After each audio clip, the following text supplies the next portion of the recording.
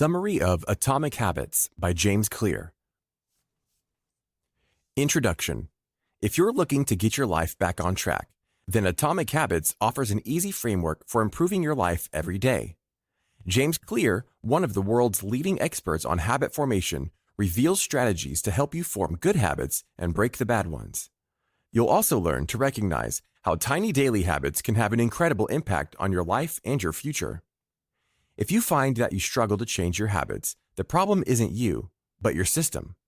You see, your brain is wired to complete activities that are both easy and provide immediate gratification.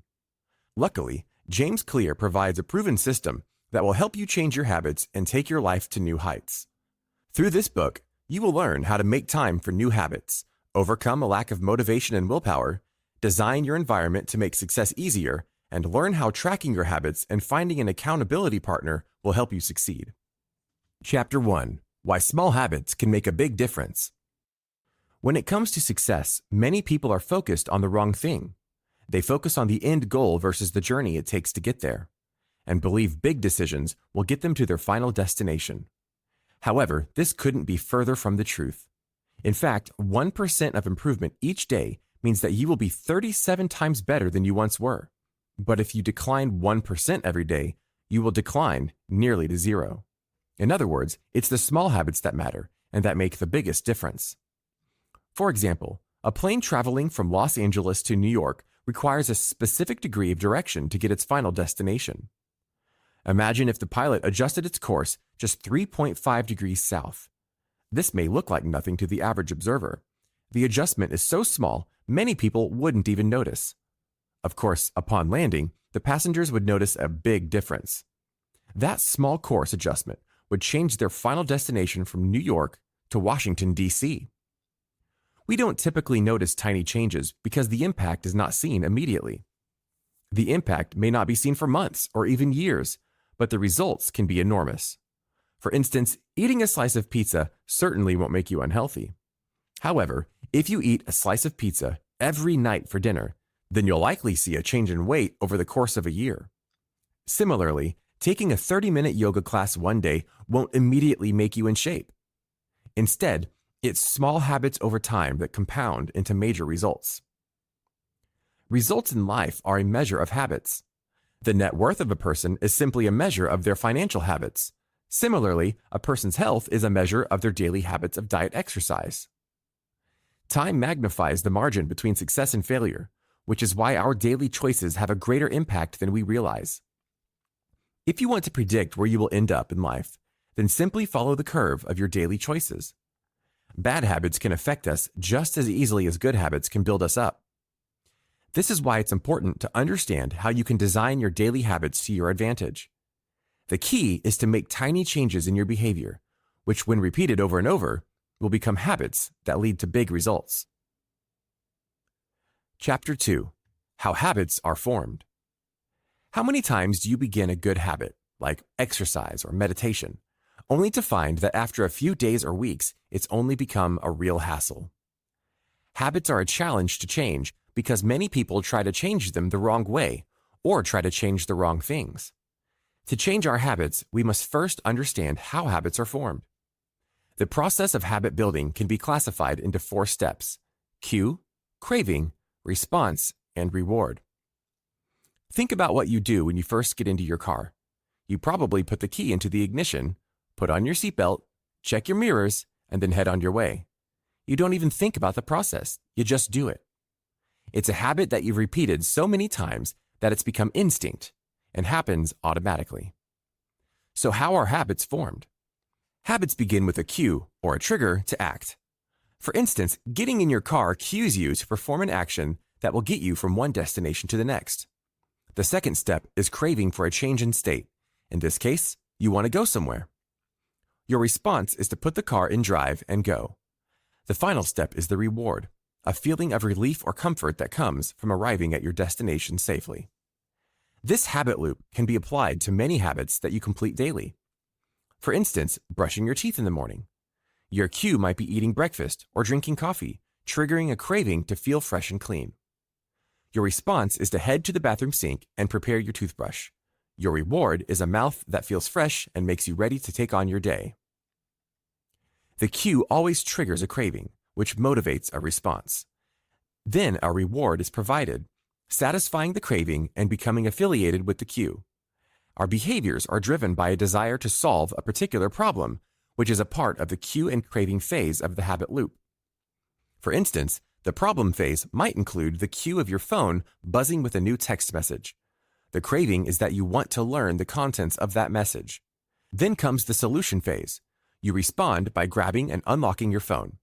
The reward is satisfying the craving to read the message. Of course, these habits aren't all that bad. However, when we adopt unhealthy or bad habits, we see the effects years later, and the habit becomes harder to break. That's why it's important to understand the habit loop, so you can learn how to replace your cues, cravings, responses, and rewards to create better habits. Let's see how you can begin creating better habits. Chapter 3. Make it obvious. When it comes to cues, such as the buzzing of our phone or the drinking of coffee, we are prompted to check our messages or brush our teeth. But once you understand how our actions can be influenced by certain stimuli, you can learn how to manipulate your cues to implement better habits. For instance, Anne Thorndike, a primary care physician at the Massachusetts General Hospital in Boston, believed she could improve the eating habits of thousands of hospital staff and visitors simply by manipulating their environment.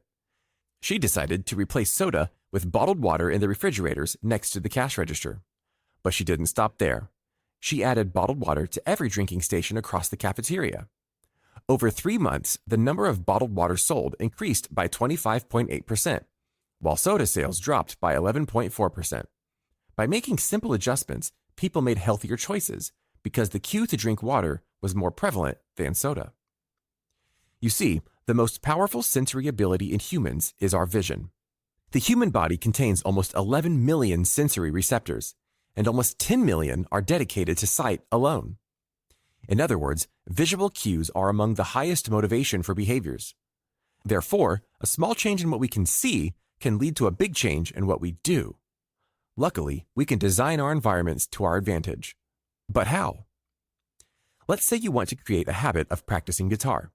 You'll be far less likely to practice if you keep your guitar locked away in a box in your closet. Instead, you should place your guitar somewhere easily seen, like the middle of a room. If you want to eat healthier, place snacks on the counter in plain sight instead of hiding somewhere in the pantry. Want to work out more? Simply put your workout clothes and sneakers out the night before, so when you wake up, you can see them. Creating visual cues can bring attention to your desired habit. Additionally, you can create desired cues by practicing implementation intentions. This simply means that you make a plan beforehand of when, where, and how you are going to accomplish something. When you create a plan, you are more likely to stick with your habits. For instance, a study of voters in the United States found that citizens who were asked, "At what time will you vote?" and "How will you get to the voting station?" So instead of telling yourself that you're going to exercise more often, set a plan and say, "On Monday, Wednesday, and Friday, I'm going to go to spin class after work." And then pack a bag with you to bring for work and leave it in the front seat of your car so it stays in plain sight. Chapter 4. Make it attractive. Every day, we are bombarded with advertisements aimed at making clothing, food, home goods, anything more attractive. Society is filled with highly doctored versions of reality as we engineer our photographs with ideal lighting, photoshopped edits, and exaggerated features to make products more appealing and attractive to consumers. The same can be applied to our habits. The more attractive something is, the more likely we are going to adopt it as a habit. You see, when we do something pleasurable like eat food or have sex, our brains release a hormone called dopamine, which makes us feel good. But we don't actually have to do those activities. Our brains release dopamine when we anticipate those pleasurable activities as well. This is simply our brain encouraging us to partake in a certain activity and rewarding us by feeling good. Remember feeling the excitement of Christmas morning as a child? That's because children anticipate the receiving of gifts and the visiting of Santa. Their brains release dopamine that associate Christmas with feeling good. Of course, some activities that make us feel good aren't necessarily good for us. For instance, people easily become addicted to sex, drugs, and food, all of which make them feel good in the moments leading up to and during the activity. However, these addictions can affect our health and our relationships. That's why it's important to use our knowledge to our advantage when it comes to forming good, healthy habits. If we make a habit of something that we look forward to, then we'll be more likely to follow through. One way to do this is through temptation bundling. Temptation bundling aims to make habits more attractive. It works when you link an action you want to do with an action you need to do. For example, Ronan Byrne, an engineering student in Ireland, decided that he needed to exercise more, but he didn't want to exercise more, a problem many of us can relate to. Something else we can probably relate to is the fact that Ronan enjoyed watching Netflix. His solution? He hacked an exercise bike and connected it to his laptop. However, he didn't want to simply watch Netflix while riding. Instead, he wrote a code that only allowed Netflix to play if he was cycling at a certain speed. In the end, he transformed an activity that he hated and linked it with one that he enjoyed. While Ronan had the knowledge to hack an exercise bike and write code to help him bundle temptations, you don't need to be an engineer to apply this tip to your own habits. Simply downloading your favorite shows to watch while on the treadmill or rewarding yourself with a half hour of Netflix after hitting some work goals are both ways to make your habits more attractive. Chapter 5. Make it easy. Jerry Uselman, a professor at the University of Florida, assigned his film photography students a project to be submitted at the end of the semester. To begin, he divided the students into two groups. The first group was told their grade was dependent on the quantity of photos they submitted. For instance, 100 photos earned an A, 90 photos earned a B, 80 a C, and so on. The second group, however, would be graded on the quality of just one photo. Which group do you think earned the better grade at the end of the semester? The quantity group. But why? You see, the quantity group was able to hone their skills in the process of creating hundreds of photos, whereas the quality group spent their time making just one photo perfect. This concept can be applied to our habits as well. Often, people are too focused on figuring out the best approach, so they never take action. They may research, plan, and strategize, but never act on the habits they wish to create. Therefore, the key to mastering any habit is to stop worrying over how long it'll take to form a new habit. Instead, make it easy and simply do it. As humans, many of us are motivated to do what is easy. The more energy a habit requires, the less likely we are to repeat it. Of course, making a hard habit easy might seem impossible, but there are many tips and tricks to make even the most difficult habits easy. For instance, the habit of sending cards for celebrations, birthdays, condolences, etc. is a nice habit to have, but the effort of going out to the store, picking one out, writing a message, and finally sending it out creates friction and makes us less likely to do it. However, the author's wife has created a hack to make a habit of sending cards a bit easier. By buying cards in bulk and storing them in the house, the author and his wife are far more likely to follow through with sending cards. They made the process easy. No longer do they have to go through the effort of going to the store to buy cards. You can use this tool to stop bad habits as well. The best way to break a bad habit is to make it impractical to do. For instance, if you want to break the habit of watching TV when you come home from work, then unplug the television and take out the batteries to the remote. You'll be far less likely to go through the effort of turning on the TV and spend your time forming a new, healthier habit. Another way to make the habit forming easy is through the 2-minute rule. The basis of the rule is to start small and make the habit easy to start. For instance, instead of telling yourself that you need to study for a class, you can start with the basics and tell yourself to open my notes. Or maybe you want to make a habit of doing some yoga after work. Instead of saying, I need to do 30 minutes of yoga, tell yourself, take out my yoga mat. By breaking down the habits into simple steps, you make the habit easier to form, which means you'll be more likely to form long-term habits. Chapter 6. Make it satisfying. The last step in making a long-term habit is to make it satisfying. Successful companies understand this concept and use it to their advantage. For example, toothpaste manufacturers saw great success when they added mint to their products. Mint allowed people to enjoy the act of brushing their teeth because it led to a satisfying, minty fresh feeling. If an experience isn't satisfying, it may not be repeated again. In the 1990s, Stephen Luby worked in a neighborhood in Karachi, Pakistan, as a public health researcher. During his time there, Luby achieved a 52% reduction in diarrhea among the local children. In addition, pneumonia rates dropped by 48% and skin infections by 35%. How did he achieve this? By introducing good soap. If you grew up in a westernized society, then you understand the importance of hand washing as a basic hygiene skill. Of course, the locals of the Pakistani neighborhood understood this as well, but they failed to create a healthy habit of washing hands. Luby recognized the need for the good soap and made the act of hand washing a satisfying experience. So he partnered with Procter & Gamble to introduce a premium soap to the neighborhood. Seemingly overnight, hand washing became satisfying. The new soap lathered well and smelled nice. People now enjoyed the pleasurable experience and made a habit of washing their hands. While washing our hands or brushing our teeth brings immediate satisfaction, many other habits don't. This is called a delayed reward environment. For instance, we go to work every day, but the reward of receiving a paycheck might not come until the end of the month.